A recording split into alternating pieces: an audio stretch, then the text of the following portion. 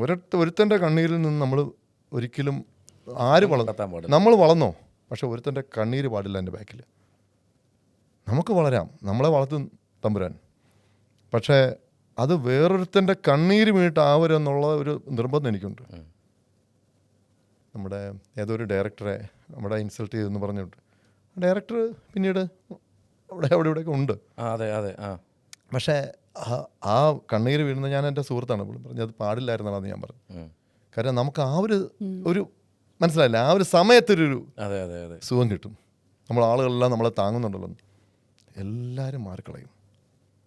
ആ ഒരു സീസൺ കഴിഞ്ഞ് കഴിഞ്ഞാൽ പിന്നെ അതിനെപ്പറ്റി ആരും പറയില്ല. പാർട്ടികൾ ടൈം കഴിഞ്ഞ് കഴിഞ്ഞാൽ പിന്നെ അതിനെപ്പറ്റി ഒന്നും ആരും പറയില്ല. നമ്മളുടെ വീഴ്ച ഭയങ്കരമായിരിക്കും. അത് ഒരു പ്രകൃതി ബൂമറാങ് പോലെ തിരിച്ചു വരും നമുക്ക്. തീർച്ചയായിട്ടും അത് വരും ചേട്ടാ. അതിപ്പോൾ ഇപ്പം കമ്പ്യൂട്ടർ സിസ്റ്റമാണ്, അപ്പോൾ ഉടനെ സ്പോട്ടിൽ നമ്മൾ ഈ പറഞ്ഞ പോലെ തന്നെ പാടത്ത് പണിയെടുത്തിട്ട് വരമ്പത്ത് ചെല്ലുമ്പോഴേ എൻ്റെ കൂലി കിട്ടും. നേരത്തെ മുമ്പൊക്കെ ആണെങ്കിൽ കുറച്ച് പിന്നെ ആയിരുന്നു, ഇപ്പം അങ്ങനെ ആ സ്പോട്ടിൽ കിട്ടും. ഇപ്പം ചേട്ടൻ്റെ ഗുരുനാഥനായിട്ട് വിനയൻ സാറ് ഇപ്പം 2 ദിവസം മുമ്പ് ഒരു പത്രം. എൻ്റെ ഗുരുനാഥന്മാർ 2-3 പേരുണ്ട്. ജോണി ആൻ്റണിയാണ് എന്നെ സിനിമയിൽ എൻ്റെ ഗുരുതുല്യനായിട്ട്. കാരണം എൻ്റെ അഭിനയത്തിൻ്റെ പാഠങ്ങൾ എനിക്ക് പഠിച്ചു തന്നത്, ഇങ്ങനെ ചെയ്താൽ സുഖീരൻ നന്നായിരിക്കും, ക്യാമറയുടെ മുമ്പിൽ ഇങ്ങനെ നിൽക്കണമെന്ന് പറഞ്ഞു. ആദ്യത്തെ പടം എൻ്റെ സിനിമ ജോണിച്ചേട്ടൻ്റെ 10ഓളം സിനിമ ഞാൻ ചെയ്തിട്ടുണ്ട്. 8 പടം. ഇപ്പോൾ ജോണിച്ചേട്ടൻ തന്നെ അഭിനയിക്കുന്നുണ്ടല്ലോ അല്ലേ?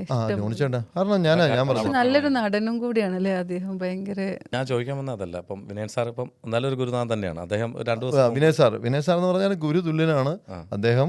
എന്നെ എന്താ പറയുക, എന്നെ ഡ്രാക്കുള എന്നുള്ള സിനിമ, അത് എൻ്റെ ലൈഫിൽ എന്നെ അറിയപ്പെടുന്നത് തന്നെ ഡ്രാക്കുള സുധീർ എന്നാണ്, ഇല്ലേ? ഏത് സുധീർ എന്ന് ചോദിച്ചു കഴിഞ്ഞാൽ അടുത്ത് ചോദിക്കുന്ന ഡ്രാക്കുള സുധീർ.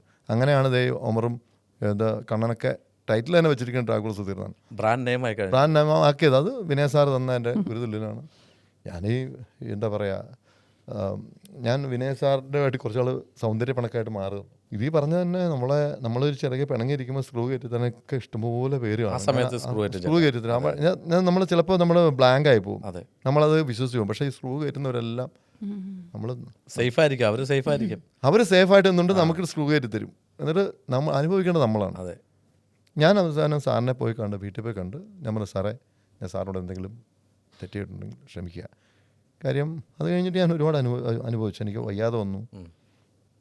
ഞാൻ പറഞ്ഞില്ലേ, വയ്യാതെ വന്നപ്പം എൻ്റെ കുടുംബവും എൻ്റെ വിരലെണ്ണാവുന്ന കൂട്ടുകാരും ചങ്കായിട്ടുള്ള, എന്തിനും തയ്യാറായിട്ടുള്ള അവരെ ഉണ്ടായിരുന്നുള്ളൂ. മനസ്സിലായില്ലേ? ഈ പറഞ്ഞ സ്ക്രൂ കയറ്റി തന്നവരോ ഒന്നും തിരിഞ്ഞു പോലും നോക്കിയിട്ടില്ല.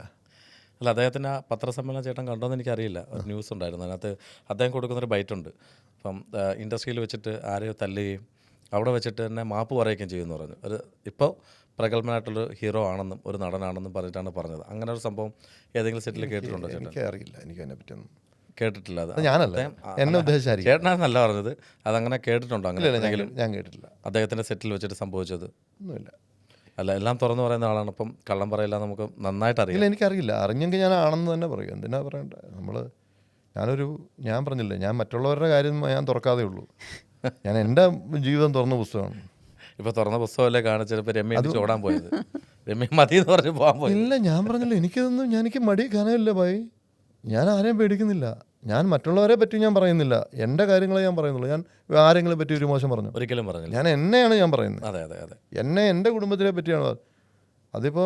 ഇപ്പം നാളെ എനിക്കെതിരെ സുധീർ പീഡിപ്പിച്ചെന്ന് പറഞ്ഞ് ആരും വരില്ല. സുധീറിനെ പീഡിപ്പിച്ചെന്ന് പറഞ്ഞ് എനിക്ക് പറയാം. ചേട്ടന് പറയാതെ പോകുന്നില്ല, ഞാൻ പീഡിപ്പിക്കാൻ പോകുന്നില്ല. എന്നെ കാലാകാലങ്ങളായിട്ട് പലരും വന്ന് പീഡിപ്പിച്ചു പോയിട്ടുണ്ട് എന്ന് പറയുന്നതിൽ എന്താ തെറ്റ്? ചേട്ടാ, മക്കളെ കുറിച്ചൊന്ന് പറയോ?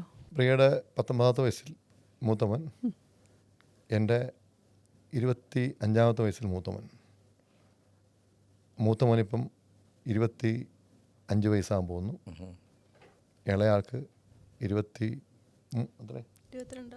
ആവുന്നു. ഇതാണ് 2 മക്കൾ, 2 ആൺപിള്ളേരാണ്. 2 പേരും കാനഡയിലാണ്. ഒരാൾ ജോലി ചെയ്യുന്നു, ഒരാളുടെ പഠിത്തം കഴിഞ്ഞ് ഇപ്പം ജോലിയിലേക്ക് കയറാൻ പോകുന്നു. സേഫ് അതാ ചേട്ടൻ നേരത്തെ പറഞ്ഞില്ലേ? ഞാൻ പറഞ്ഞില്ലേ, എനിക്ക് പിള്ളേർ അവർക്ക് അവരെ ഇഷ്ടമുള്ളവരെ കല്യാണം കഴിക്കാം, ഇഷ്ടമുള്ള പോലെ ജീവിക്കാം, ഒന്നുമില്ല. ആരെ വേണമെങ്കിലും, ഏത് മതത്തിൽ നിന്നോ ഏത് ജാതിയിൽ നിന്നോ എന്ത് വേണമെങ്കിലും കല്യാണം കഴിക്കാം. അവരെ ഞാൻ വളർത്തിയത് ഏകദൈവത്തിൽ വിശ്വസിക്കുക, ദൈവമേന്ന് വിളിക്കുക. നീ വേണം അള്ളാഹു എന്ന് വിളിച്ചോ, എന്ത് വേണമെങ്കിലും വിളിച്ചു.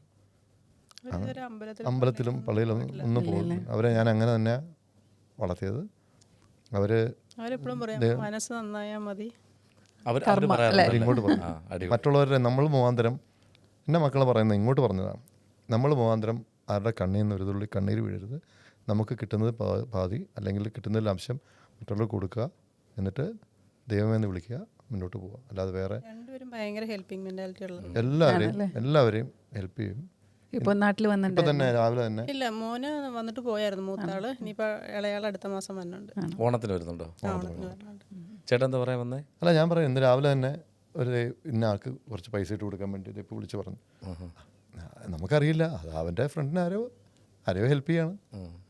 അത് തന്നെ. അല്ല, എനിക്ക് തോന്നുന്നു കുറച്ചൊക്കെ ചേട്ടനും ആ ഒരു ഹെൽപ്പിംഗ് മെന്റാലിറ്റി അത് ഞങ്ങൾ ചെയ്തിട്ടുള്ള ഹെൽപ്പൊക്കെ എന്ന് പറഞ്ഞാൽ നിങ്ങൾക്ക് പ്രഡിക്റ്റ് ചെയ്യാൻ പറ്റില്ല. ഞങ്ങൾ ഒരു കുട്ടിയെ ദാനം ചെയ്തിട്ടുണ്ട്, എല്ലാവർക്കും അറിയാമല്ലോ. ഒരു കുട്ടിയെ കൊടുത്തിട്ടുണ്ട്. വീട്ടിൽ വന്നൊരു സർവൻറ്റ് ഇത് പറഞ്ഞു കൊടുത്ത് ഇത് പറഞ്ഞു തരും. ഇതൊക്കെ ആരോടും പറയാത്ത കഥകളാണ്. ചേച്ചി പറയണം, ചേച്ചി കുറച്ച്. എനിക്ക് അന്ന് വയ്യാണ്ടിരിക്കുമായിരുന്നു. അപ്പോൾ ഒരു സെർവൻറ്റിനെ വേണമെന്ന് പറഞ്ഞാൽ ഞങ്ങളിങ്ങനെ അന്വേഷിച്ചപ്പോൾ ഞങ്ങളുടെ ഒരു ഫ്രണ്ട് മുഖേനയാണ് അവരെ ട്രിവാൻഡ്രത്തിൽ നിന്ന് കൊണ്ടുവന്നത്. അത് ആ കുട്ടി ആദ്യം ഏതോ പാസ്പോർട്ട് ഓഫീസിലോ എവിടെയോ വർക്ക് ചെയ്തെന്നാണ് പറഞ്ഞത്. അപ്പോൾ അവർക്കൊന്ന് മാറി നിൽക്കണം. ജിമ്മിൽ ട്രെയിനറായിട്ട് പാസ്പോർട്ട് ഓഫീസിലും ആയിരുന്നു. പിന്നെ ജിമ്മിൽ നിന്നിട്ടുണ്ടെന്ന് പറഞ്ഞു. അപ്പോൾ അത് പാസ്പോർട്ട് ഓഫീസിലാണ് മറന്നുപോയി. അപ്പോൾ കുറച്ച് നാൾ ഒന്ന് മാറി നിന്നാൽ മതി. ഇപ്പം എന്താ വീട്ടിലെ ജോലിയോ കുട്ടികളെ നോക്കുക എന്ത് വേണമെങ്കിലും ചെയ്യാം, ഒരു മാറ്റത്തിന് വേണ്ടിയിട്ടാണെന്ന് പറഞ്ഞു. അധികം പ്രായമില്ല കുട്ടിക്ക്, കൊണ്ട് 22 വയസ്സങ്ങാണ്ടേ ഉള്ളൂ. അപ്പോൾ എനിക്കിങ്ങനെ ഒരു ചുമ വന്നിട്ട് ഇൻഫെക്ഷനായി. അപ്പോൾ എനിക്കൊന്നും പെട്ടെന്ന് ചെയ്യാൻ പറ്റുന്നില്ല. അപ്പോൾ കുറച്ച് നാളത്തേക്ക് ഒരു 2-3 മന്ത്സിന് വേണ്ടിയിട്ട് അന്ന് കുട്ടികൾ ചെറുതാണ് രണ്ടുപേരും.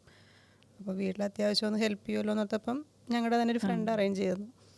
അപ്പോൾ വന്നപ്പം എന്നോട് പറഞ്ഞു, ചേച്ചി ഞാൻ കിച്ചണിലെ പണിയെല്ലാം ചെയ്യാം, ഇങ്ങനെ ഈ തൂക്കൽ തുടയ്ക്കൽ അതൊക്കെ എനിക്ക് ഇതിൽ ക്ലീനിങ് വയ്യ, നിന്നുകൊണ്ട് ഇങ്ങനെ കറിക്കരിയൽ കുക്കിങ് അതെല്ലാം ചെയ്യാമെന്ന് പറഞ്ഞു. ഞാൻ പറഞ്ഞു ആയിക്കോട്ടെ, ഞാൻ പതുക്കെയാണല്ലോ ഞാൻ ചെയ്തോന്ന് പറഞ്ഞു. അപ്പം പറഞ്ഞു എനിക്കും വയ്യ എന്ന് പറഞ്ഞ്, അല്ല ചേച്ചി എനിക്ക് അത്രയ്ക്ക് വയ്യ കഴിഞ്ഞിട്ടാ ചേച്ചി ഇതൊന്ന് ചെയ്യുമെന്ന് പറഞ്ഞു. അങ്ങനെ ഞാൻ ക്ലീനിങ് തുടങ്ങി, പുള്ളിക്കാരി കുക്കിങ്. അത് കഴിഞ്ഞപ്പോഴത്തേക്കൊരു 2 മന്ത്സ് കഴിഞ്ഞപ്പോഴാണ് എന്നോട് പറഞ്ഞു, ചേച്ചി ഞാൻ പ്രഗ്നൻ്റാണ്, പിന്നെ അവിടെ പാസ്പോർട്ട് ഓഫീസിൽ ഉള്ള ഒരാളുമായിട്ട് അഫെയർ ആയിരുന്നു, അതുകൊണ്ടാണ് ജോലി ചെയ്യാൻ പറ്റത്തില്ല. അതാണ് കുനിയാൻ വയ്യാന്ന് എന്നോട് പറഞ്ഞു. അപ്പോൾ പിന്നെ ഞങ്ങൾ ആ ഫ്രണ്ടിനെ പെട്ടെന്ന് വിളിച്ചപ്പോൾ പുള്ളിക്കാർ പറഞ്ഞു, എനിക്കൊന്നും ചെയ്യാൻ പറ്റില്ല, പെട്ടെന്ന് എങ്ങനെ കൊണ്ടുപോകാൻ, അവരുടെ വീട്ടിൽ ചിലപ്പോൾ പ്രശ്നം എങ്ങനെയെങ്കിലും ഒന്ന് നിർത്തുമോ എന്ന് ചോദിച്ചു. അപ്പോൾ ഞാൻ ചേട്ടനോട് പറഞ്ഞപ്പോൾ ചേട്ടൻ പറഞ്ഞു, ഒന്നാമതൊരു പെൺകുട്ടിയും കൂടെ അല്ല, ഞങ്ങൾ ഭയങ്കര പറഞ്ഞു വിട്ടേക്കാം, ഞങ്ങൾ പറഞ്ഞു വിടാൻ തീരുമാനിച്ചു. കാര്യം ഇവിടെ നിർത്തി കഴിഞ്ഞാലേ പിന്നെ ഒന്നാമത് കാര്യം, അപ്പോൾ ഇത് ആരാണ് എൻ്റെ ഉത്തരവാദി എന്ന് പറഞ്ഞിട്ട് പുള്ളിക്കാരത്തി വിട്ട് പറയുന്നുമില്ല. ഇത് ആളെന്ന് വെച്ചപ്പോൾ ലാസ്റ്റ് ഞങ്ങൾ പറഞ്ഞു വിടും. ഈ കൊണ്ടാക്കിയവരെയൊക്കെ കൊണ്ടുവന്നു സംസാരിച്ച് പറഞ്ഞു വിടാൻ തീരുമാനിച്ചപ്പോൾ കരഞ്ഞിട്ട് പ്രിയയുടെ കാലാലിക്ക് വേണം, ചേച്ചി ഈ അവസരത്തിൽ പറഞ്ഞു വിടുന്നത് ആളുടെ പേര് ഇന്ന പേരാണ്, ആളെ ഞാൻ വിളിച്ചു വരുത്താം, അയാൾ വന്നിട്ട് ഞാൻ പൊക്കോളാന്ന് പറഞ്ഞു. അങ്ങനെ ഞങ്ങൾ വിളിച്ചു വരുത്തിയല്ലേ. അപ്പോൾ പറഞ്ഞ പാസ്പോർട്ട് ഓഫീസല്ല, പുള്ളിയിൽ ഒരു മെഡിക്കൽ റെപ്പായിരുന്നു. അങ്ങനെ വന്നു. അപ്പോൾ അയാൾ കോയമ്പത്തൂർ എവിടെ ഒരു കമ്പനി ജോലി ചെയ്യാന്ന് പറഞ്ഞു. അങ്ങനെ കോയമ്പത്തൂരിൽ നിന്ന് പുള്ളി വരാൻ വേണ്ടി ഞങ്ങളുടെ കൂടെ വെയിറ്റ് ചെയ്തിട്ട് റെയിൽവേ സ്റ്റേഷനിൽ ഇറങ്ങി വന്നുകൊണ്ടിരിക്കുകയെന്ന് പറഞ്ഞിട്ട് അരമണിക്കൂർ റെയിൽവേ സ്റ്റേഷനിൽ നിന്ന് ഒരു ഓട്ടോ പിടിച്ച് വീട്ടിലേക്ക് വരാനായിട്ട് 5 മിനിറ്റേ ഉള്ളൂ, അല്ലെങ്കിൽ 10 മിനിറ്റ്. അരമണിക്കൂർ കഴിഞ്ഞിട്ടും വരുന്നില്ല. കുറച്ച് കഴിഞ്ഞ് താഴെ വന്നു എന്ന് പറഞ്ഞു. ഞാൻ ഇറങ്ങി ലിഫ്റ്റ് ഇറങ്ങി താഴെ ചെന്നപ്പോൾ താഴെ ആരെയും കാണുന്നില്ല. ഇവിടെ ആരെങ്കിലും വണ്ടി വന്നോ, ഓട്ടോ ഒന്നും വന്നില്ല. ഇവിടെ ആരും നിൽപ്പുണ്ടോ നോക്കിയപ്പോഴത്തേക്ക് ഒരു കയ്യിലേക്ക് കൊടുത്ത് ഒരു കയ്യിലല്ല, അതുപോലത്തെ ഒരു മുണ്ട് കൊടുത്ത് ഒരു കാക്കി ഷർട്ടൊക്കെ ഇട്ടിട്ട് ഒരു ബാഗ് തൂക്കി ഒരുത്ത് നിൽക്കണം. നോക്കിയപ്പോഴത്തേക്ക് ഈ കള്ളവണ്ടി കയറിയൊക്കെ ട്രെയിനകത്ത് വന്ന ഈ പേരില്ലേ അതുപോലെ ഒരുത്തൻ. എന്നിട്ട് ഞാൻ ഇന്ന ആളാണെന്ന് ചോദിച്ചു. പറഞ്ഞ യെസ് ഇംഗ്ലീഷ്. ഞാൻ പറഞ്ഞ അപ്പോൾ ഇംഗ്ലീഷ് അല്ല. എന്നിട്ട് വാട്ട്സ് യുവർ നെയിം? അപ്പോൾ പ്ലീസ് കം. എന്നിട്ട് എനിക്കൊന്ന് ബാത്ത് ഷവർ ചെയ്യണം, അതിനുള്ള അവസരമുണ്ടോ നിങ്ങളവിടെ? അപ്പോൾ എനിക്ക് മനസ്സിലായി കയ്യിൽ നിന്ന് പോയിരിക്കുക. ഇയാളെ ലിഫ്റ്റിനകത്ത് കയറിയിട്ട് സ്മെല്ല് കൊണ്ട് വിദ്യാഭ്യാസമൊക്കെ ഉള്ള ആളാണ്. മെഡിക്കൽ റെപ്പാന്ന് പറഞ്ഞില്ലേ. പക്ഷേ ഡ്രസ്സ് അയാളെന്ന് പറഞ്ഞാൽ കയ്യിൽ നിന്ന് പോയിരിക്കുക, എന്തൊക്കെ അടിച്ചിട്ട് കയ്യിൽ നിന്ന് പോയിട്ട് മുഷിഞ്ഞ്, അതായത് റെയിൽവേ സ്റ്റേഷനിൽ നിന്ന് വണ്ടിക്കൂലിക്ക് കാശില്ലാതെ വന്ന അവിടം വരെ. അയ്യോ. പിന്നെ വീട്ടിൽ വന്ന് കയറി ഞങ്ങളുടെ കുറേ തുണികൾ എടുത്തു വാഷ് ചെയ്ത് അവിടെ ആദ്യം വന്ന് ഈ പുള്ളിക്കാരത്തെ നോക്കുകയൊന്നുമല്ല, ഇത് തുറന്നിട്ട് തുണിയൊക്കെ എടുത്ത് വെള്ളിലേക്ക് ഇട്ടപ്പോൾ സ്മെല്ല്.